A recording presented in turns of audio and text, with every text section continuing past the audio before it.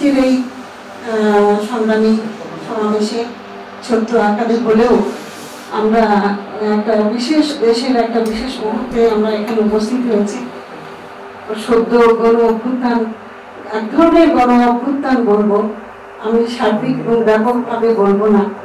এক ধরনের গণ অভ্যুত্থানের পরে সবাইকে আবার আমরা এক জায়গায় দেখতে পাচ্ছি, তাদেরকে নিয়ে আমরা এই নতুন ভাবে আমাদের জয়যাত্রা হয়তো আবার নতুন করে শুরু হবে। তো আপনারা জানেন যে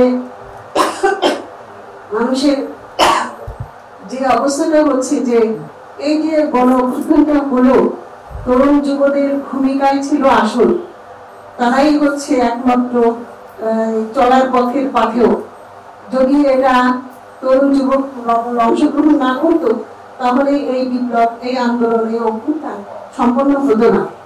তো আমার কথা হচ্ছে যে যারা এই শোষণ মুক্তির লড়াইয়ে সংগ্রাম করেছে, আত্মাহুতি দিয়েছে, বিপ্লবী ওয়ার্কার্স পার্টি, বিপ্লবী যুব সংহতি এর মধ্যে অন্যতম।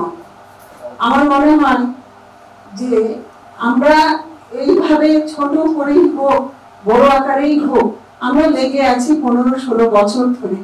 আমরা একটা জমিন তৈরি করছি, জমিন আমরা তৈরি করেছি, এরা কি করেছে, পুশ করেছে, ধাক্কা দিয়েছে।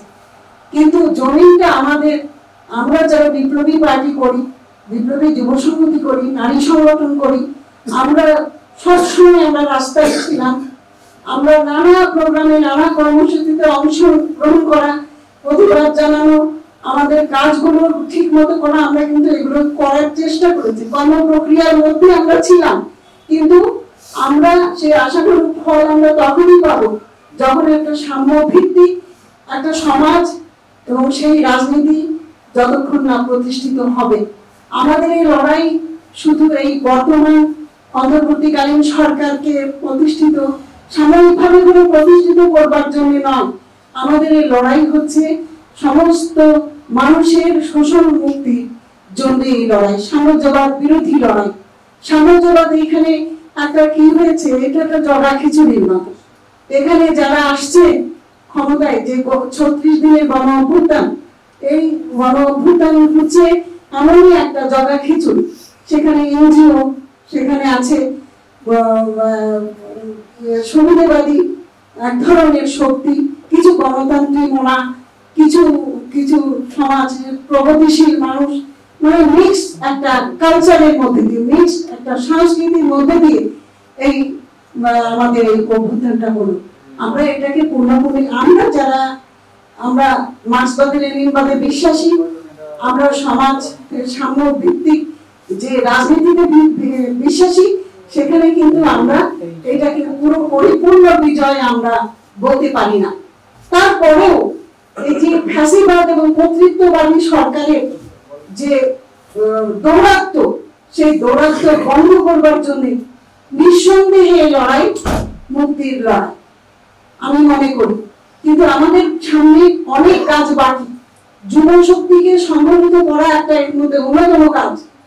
এইটুকু যারা এইটুকু আয়োজন করে যারা এখানে উপস্থিত হয়েছে, এর মধ্যে অনেক যথেষ্ট পরিশ্রম আছে, যথেষ্ট সদিচ্ছা আছে।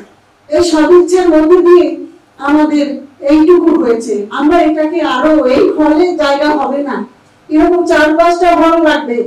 এরকম একটা যখন অবস্থা তরুণ যুবদের সৃষ্টি হবে, তখন মনে হবে না, আমাদের বিজয় আমরা ছিনিয়ে আনতে সচেষ্ট হব। আমরা সেরকম একটা জায়গায় আমরা এগোবো।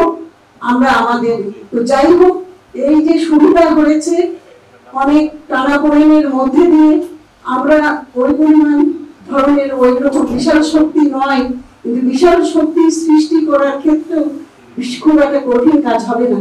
যদি আমরা লেগে থাকি, যদি আমরা সচেষ্ট হই, সক্রিয় হই, তাহলে আমাদের কাজগুলোকে আমরা এগিয়ে নিতে পারবো। তরুণ যুব শক্তি হচ্ছে মহাপ্রাণ। তারা যা করতে পারে বা করতে পারবে সামনে, আমরা তা করতে এই সময়ের মধ্যে হয়তো অতটা পারবো না। আগে আমরা ওইভাবেই কাজ করেছি।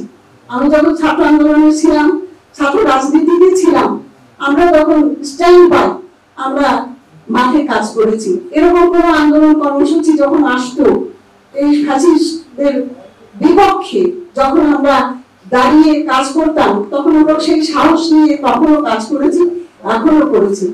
আসলে আমাদের সাহসটাকে এখন দিচ্ছি, শেষ করছি, আমাদের সাহসটাকে তারা চুরি করেছিল, 15 বছর ধরে নিষ্পেষিত করেছিল। দমন, নিপীড়ন, দুর্নীতি, দুঃশাসন, এর কোনো শেষ নাই। এক একটা রিপোর্ট আপনারা প্রতিদিন দেখছেন পত্রিকাতে, এই রিপোর্টের ভিত্তিতে বুঝতে পারবেন যে আমরা কিভাবে নিষ্পেষিত একটা শোষণের বেড়াজালে আবদ্ধ ছিলাম। এখন সেই বেড়াজাল থেকে আমাদের মুক্ত হওয়ার পিছনে বহু কাজ বাকি। সেই কাজগুলো যখন তরুণ যুবরা সম্পন্ন করতে পারবে তখনই আমাদের মুক্তিটা যথাযথ হবে। তো এই আমি চাইবো যে আগামীতে আপনারা সবাই এই কাজে সচেষ্ট হবেন, এগিয়ে আসবেন। অনেক কাজ আমাদের বাকি, সেই কাজগুলো আপনারা সম্পূর্ণ করবেন এই আশা ব্যক্ত করে সবাইকে আমি আবারও আমার সংগ্রামী শুভেচ্ছা ও অভিনন্দন জানিয়ে শেষ করছি। জয় হোক যুব সমিতি।